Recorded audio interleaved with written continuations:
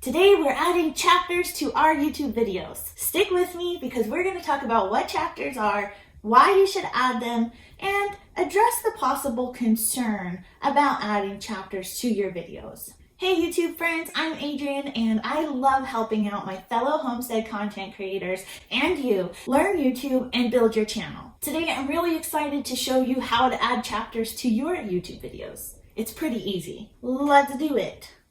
So this is what chapters are. I don't know if you've ever seen them before. I think they're really cool. They are a way to navigate through videos in chapters or small sections. You may worry about your viewers' potential to just not watch the entire video. And yes, that is definitely something that could happen.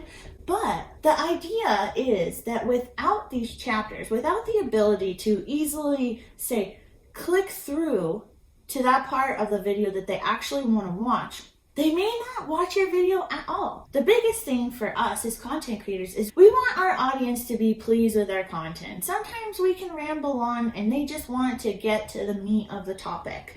This will help that, and I think it's great. It's especially good for DIY videos, instructional videos, so that someone could go directly to, I don't know, how to build the thing that you're doing. I think chapters are really cool. They give your viewers the ability to click through your video in segments to watch what they care about. I think you have nothing to lose by adding chapters, and I think you should try to add them to every video you have, especially long videos. So let's work on adding our chapters. It's pretty easy. Do you know what timestamps are? We're going to be working with those. What's really cool is that chapters are added by using timestamps. And that is basically just the time of something happening in your video. So for instance, this here is timestamp 3:16.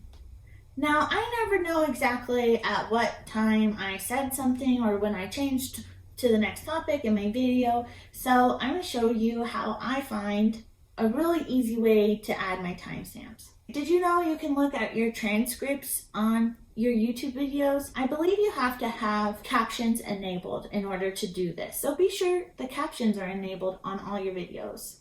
So you click these three dots here and you open the transcript. This is nice because I have a timestamp here, and then it begins to tell me what I'm talking about at each second. I open some notes in another window so that I can go through and easily add my timestamps. There are a couple things you need to make sure you have in order for your chapters to work from your timestamps.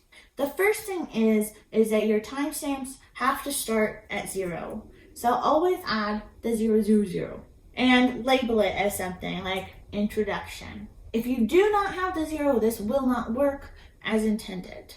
So after you have your 0 timestamp, you can go on and go through your video and add the important things of your next chapter. This video is about seed storage and organization. So it looks like in about 26 seconds, I talk about what I'm going to show exactly in my video. So I'm going to make a timestamp for 26 seconds and I'm going to title it What We Need. So you have to title your timestamps too, because then they'll show up just underneath this little preview image with the title. So keep going through your video. Let's see, at 128, I talk about why I like this method. And you just keep going throughout your video and pick out important pieces. For your chapters to work from your timestamps, like I said, you need a 0 timestamp, and then you also need at least 3 timestamps, and each chapter has a minimum length of 10 seconds. So as long as you make sure you are formatting the timestamps correctly, then all should be good. It can take up to 24 hours for your chapters to show up on your video if they don't show up right away. At 1:57, I start talking about the supplies needed to store your seeds in this manner. Now, I'm going to finish writing out the timestamps and I'll be right back. Alright, and we're back. So now that we have the timestamps all written out, we need to add them to our video. And how we do that, let's copy. So now that we've copied the timestamps, we got to add it to the video. So let's go into YouTube Studio to edit the video description. Now you can add your timestamps anywhere in your description or even to one of your pinned comment, and it will give your video chapters.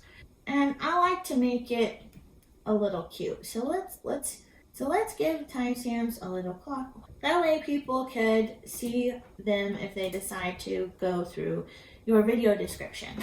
So we'll save it and hopefully it'll show up. But it can take up to 24 hours for this to show up on your video. Yep, it showed up. Look at that. So another cool thing is that you can click on the title here and it will show our chapters to the right of the video. So this is really nice for your viewers to really sift through the video and decide what they need to see. By the way, you can add your timestamps to make chapters to unlisted videos as well. So if you remember to, be sure to add your timestamps to your videos before you press publish, but they can be added at any time. Have you hit or just about to hit your first major milestone of 100 subscribers on your YouTube channel? Be sure to click the video showing now so that you can learn about how to get your custom URL. If you want to continue to learn YouTube and grow your homesteading channel with me, I encourage you to subscribe and hit the notification bell so you don't miss out on anything. The very beneficial, I forget what the word was. You're very helpful, Benj. Being right in the way. Is this one? That one's working.